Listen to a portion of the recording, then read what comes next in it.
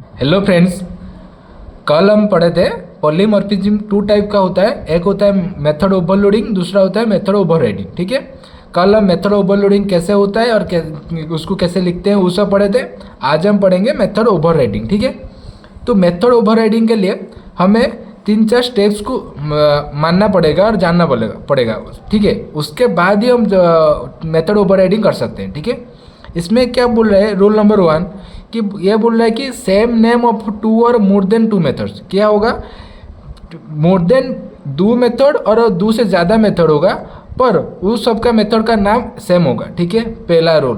दूसरा क्या है, डिफरेंट क्लास नेम, पर क्लास हमेशा डिफरेंट होगा। ठीक है, एक ही क्लास में नहीं होगा, डिफरेंट क्लास नेम होगा। ठीक है, और आर्गूमेंट सेम होगा। क्या नंबर ऑफ आर्गूमेंट सेम होगा, फिर नहीं तो सीक्वेंस ऑफ आर्गूमेंट सेम होगा और नहीं तो टाइप्स ऑफ आर्गूमेंट सेम होगा। ठीक है, ये हो गया तीसरा। और ये इनहेरिटेंस को फॉलो करेगा। ठीक है, ये हो गया 4 रूल्स। ठीक है, इससे अच्छे से समझ लो। ठीक है, उसके बाद देखो एक एग्जाम्पल। ठीक है, पहली बात क्या हम पढ़े थे कि क्लास हमेशा अलग होगा। ठीक है, एक ही क्लास में नहीं रहेगा। क्लास कैसे हो गया, ये क्लास है क्लास टेस्ट। ठीक है, ये एक हो गया क्लास XYZ। ठीक है, अलग अलग क्लास हो गया। तो उसके बाद क्या बोला था, उसके बाद बोला था कि 2 से ज़्यादा सेम नेम का मेथड होगा। यहाँ पर एक मेथड बना है void shoe, यहाँ पर भी एक मेथड ले लिया void shoe।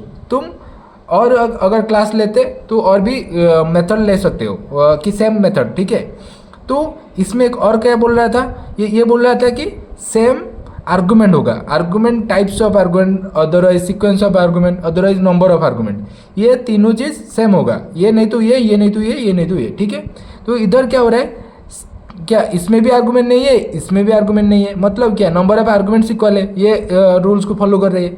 तो और एक बात, और एक क्या बोल रहा था कि ये इनहेरिटेंस होगा। तो हम पढ़े थे पिछले क्लास में इनहेरिटेंस कैसे काम करता है। इनहेरिटेंस में हमेशा पेरेंट क्लास का जो भी मेथड होगा वो चाइल्ड क्लास में इनहेरिट होता है। तो इसमें क्या यूज होता है, एक्सटेंड कीवर्ड यूज होता है। तो इधर भी वही होगा। ठीक है, ये हो गया 4 स्टेप। तो एग्जाम्पल देखो, इधर हम ले ले क्लास टेस्ट, एक ले ले पेरेंट क्लास, उसमें ले ले एक मेथड void shoe और system dot out dot println 1। ठीक है, अगर हम इससे प्रिंट करेंगे तो 1 प्रिंट होगा। ठीक है, और एक बात, और एक क्लास ले ले क्लास XYZ। ठीक है, ये सेपरेट क्लास है। ठीक है, इसको हम मानते हैं कि ये एक चाइल्ड क्लास है। तो ठीक है, तो ये एक्सटेंस कर रहा है किसको, टेस्ट को। ये मतलब ये इनहेरिट कर रहा है, टेस्ट को इनहेरिट कर रहा है, ये अपना पेरेंट क्लास को इनहेरिट कर रहा है। ठीक है, इसमें भी अगर मेथड ओवरराइडिंग है तो हमेशा क्या मेथड सेम होगा। तो इसमें भी void shoe का नाम का एक मेथड हो गया। ठीक है, इसके अंदर system dot out dot println 2,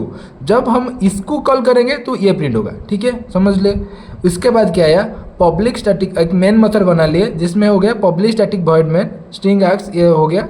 तुमको तो मालूम होगा कैसे मेन मेथड बनाते हैं। उसके बाद आ गया कि एक ऑब्जेक्ट बनाए। तो एक ऑब्जेक्ट में कैसे किसको बना रहे, ऑब्जेक्ट में हम हमेशा इनहेरिटेंस में क्या कर रहे थे, हम हमेशा इसको क्या चाइल्ड क्लास का ऑब्जेक्ट बना रहे थे। पर इधर क्या होगा, इधर हम बनाएंगे टेस्ट क्लास का ऑब्जेक्ट। ठीक है, तो हम टेस्ट अगर चाइल्ड क्लास का ऑब्जेक्ट बना रहे तो अगर void shoe को कॉल करेंगे ना, इसको इस मेथड को कॉल करेंगे तो ये प्रिंट हो जाएगा। ठीक है, तो अगर हम इसको क्या प्रिंट करना चाहेंगे तो हमें क्या करना है, टेस्ट का ऑब्जेक्ट बनाना चाहिए। ठीक है, क्या किसको ना पेरेंट क्लास का ऑब्जेक्ट बनाना चाहिए।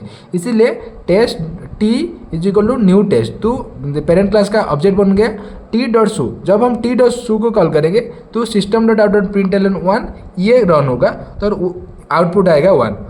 अगर हम इसको प्रिंट करना चाहेंगे तो क्या करना पड़ेगा, तो हम लिखेंगे XYZ, x is equal to new XYZ। ठीक है, तो इसको हम इसका मेथड बना लिए, सॉरी इसका ऑब्जेक्ट बना लिए। तो जब हम इसको कॉल करेंगे x डॉट शू, ठीक है, x डॉट शू कॉल करेंगे तो ये वाला प्रिंट हो जाएगा। इसका आउटपुट क्या आएगा, आउटपुट